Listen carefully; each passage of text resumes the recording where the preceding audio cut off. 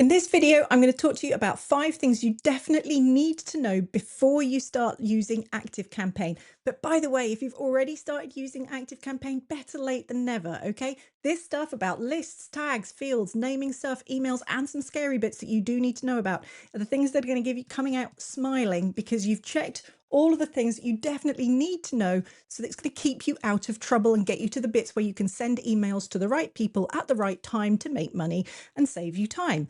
Before we get into it, I want to tell you about 2 things. Number 1, you can get a free trial of ActiveCampaign anytime you like. It's a 2-week free trial. And by the way, you can do those more than once. It's not just a one-time thing. The second thing I want to tell you about is the ActiveCampaign Academy.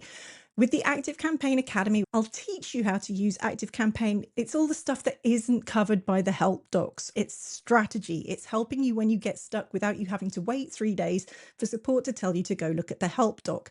I run the ActiveCampaign Academy and I'm here for you once you actually start using ActiveCampaign. But listen, let's get into the meat and drink of this video, which is these 5 things that you definitely need to know before you start using ActiveCampaign. First one up on this list is lists, right? ActiveCampaign has these things called lists. There are good ways to use them and there are bad ways to use them. Lists are all about permission to email somebody. A good setup with lists is to have 1 or 2 lists in your account. It usually looks something like this: a master list that has everyone on. Maybe you have a second list that has just your customers on. But if you're starting out, go for 1 single list to start off with. Do not do this, which I see a lot. When people get started, they go a bit list crazy because they're kind of visible in there and you think, oh, I should make lots of lists. No, don't do it. Do not make lists for each grouping of people in your account. It's a really bad way to use ActiveCampaign. You will get into a mess with subscribes and unsubscribes if you go down that route as a new user in ActiveCampaign. All right, so few lists. That's Auntie Kay's rule number 1. Second thing I want to talk to you about is tags versus fields. So ActiveCampaign has these amazing features called tags and custom fields. They are each good for particular things. Tags, they're like sticky labels in there, and they're really good for being very visible. You can quickly see how many people have got any specific tag, and they're really easy to work with because it's either there or it's not there. There's nothing complicated about a tag. It's just like a sticky label that goes on, you put it on a bunch of people, and then those people all have the same tag, and they're really easy to find as a group of people. For example, everyone who has registered for your webinar. Reg webinar, that would be the tag. Let's put a sticky label on all of them. You can see how many there are. Great.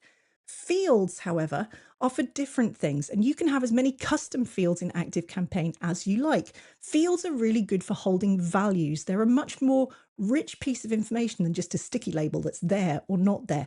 An important thing about fields is that the machines, the tech like ActiveCampaign, can read what's inside the field, which means it can look inside and say, find me everyone who has this word in this field, or find me everyone who has a date between these 2 values in this field. And field values can be shown in emails. This is the major factor for you as a user deciding whether you want something to be in a custom field or not. If you want to be able to show that value to the person you're sending an email to, it's got to be a field. Tags, they are not visible in emails. You can do stuff in emails with them, but you can't make the tag visible. So if you want to show people the value, it's going to be a custom field. And it's really good for things like you might have a custom field called webinar date, and it would hold the actual date of your webinar. That's rich, detailed information you would want to show to someone in an email. So it's a custom field. All right. Now that's the nutshell version. There's some subtle stuff in there, but hopefully that just gave you a light bulb moment on the difference. Tags, sticky label, on, off, good for counting. Fields, I can show it to them in an email. I can sort, search, filter, and the tech can read it. Big difference. Tell me about your light bulb moments in the comments. Now, in case you're wondering who the heck I am to tell you about this stuff, my name is Kay Peacey, sometimes known as Auntie Kay. I run Slick Business and the ActiveCampaign Academy, where I teach people how to use ActiveCampaign better. I am a certified consultant. I'm a super user in the ActiveCampaign community, so you'll see me around in there. I'm also on their customer advisory board, and I run a free training called Accelerated ActiveCampaign, which many people have told me is better than ActiveCampaign's own onboarding. That's the QR code for our freebie training, Better Than ActiveCampaign's own onboarding. Subscribe to this channel if you are at all intending to use ActiveCampaign, because this is where you will find the core know-how of how users really navigate this platform. It's going to save you hours of stress, headaches, and frustration. So hit the subscribe button now. All right, let's go on to the next thing, which is how we name stuff in ActiveCampaign. In ActiveCampaign, there are good names and there are bad names. Let's start with the good names. Good names are short, they are really consistent, and they are meaningful to humans. And preferably they have the meaning at the front of the name as well. If you use really long names in ActiveCampaign, like this sort of thing, this is really bad, because half the time in ActiveCampaign, you would not be able to see most of those names. They are very heavy on the human brain to read, and some of them are completely meaningless like this. Okay, so you want your names in ActiveCampaign to be short, meaningful, and consistent, because you've got to name a lot of things. You've got to name your lists, your tags, your fields, your forms, your automations, goals. There are so many things to give names to. Every email has to have a name. So you need to have a system. Now, we do teach a system in the ActiveCampaign Academy, and in that free training I mentioned, Accelerated ActiveCampaign, there are some tips on naming in there as well. Okay, let's go on to email design. Email design is really easy to go too far on. Here is my top tip getting started in ActiveCampaign: is keep it simple. That's going to make it fast, and it's going to make your emails more effective. If you get bogged down with complicated, fancy layouts, it's going to cost you time and it's not going to help you. It won't make your emails deliver better. It won't make people engage with them better when you first start using ActiveCampaign. So use simple, mostly text-based emails. And my hot tip is to use a feature called global settings. This is where they are in the email designer. And those global settings allow you to control the formatting so that you can easily drop in as many text blocks as you like. And they're all going to have your style and formatting ready to roll without you making any effort. Global settings are the key to successful emails. Whenever you design an email, remember that the person who's getting it wants to read it and understand it fast. They do not need to see the fancy design. They need the information and they need it quickly.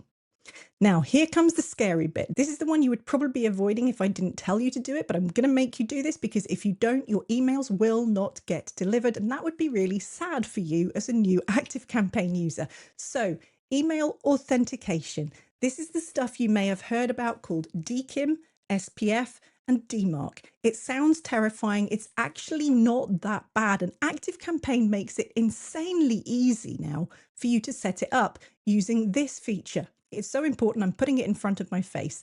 You need to look in the settings, then in the advanced area, and then you need to look for the area where you can enter your domain. So number 3 on that diagram, and then you're going to hit the configure button, number 4. And you must do this. Don't dodge your email authentication, because if you dodge it and it's not right, your emails won't get delivered. Okay, I know it sounds scary. It's not that bad, I promise. Now, I've got a nice handout for you. So you go to slickbusiness.co/5 things. There's a handout for you that's got all of that stuff written down on it, so you're not going to forget what you just saw. So head there, slickbusiness.co/5 things, grab the handout. And there is so much more than that in ActiveCampaign as well. I don't want you to miss out on the good stuff. We have a free training. Go to slickbusiness.co/fast. That will take you to Accelerated ActiveCampaign. That will show you a lot of the things that I've just shown you now. And then when you're ready for it, come find me in the ActiveCampaign Academy, where we really get into it. And that's where you're going to get super value from your ActiveCampaign, because then you've got the strategy and the know-how and the help behind it.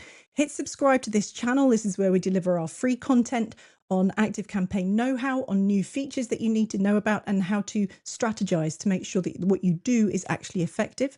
And if you watch one thing now, stay watching, and I want you to watch our video on ActiveCampaign fields, because those custom fields, you definitely should be using them, and they are way underused. Enjoy ActiveCampaign, my friends. I will see you in the next video.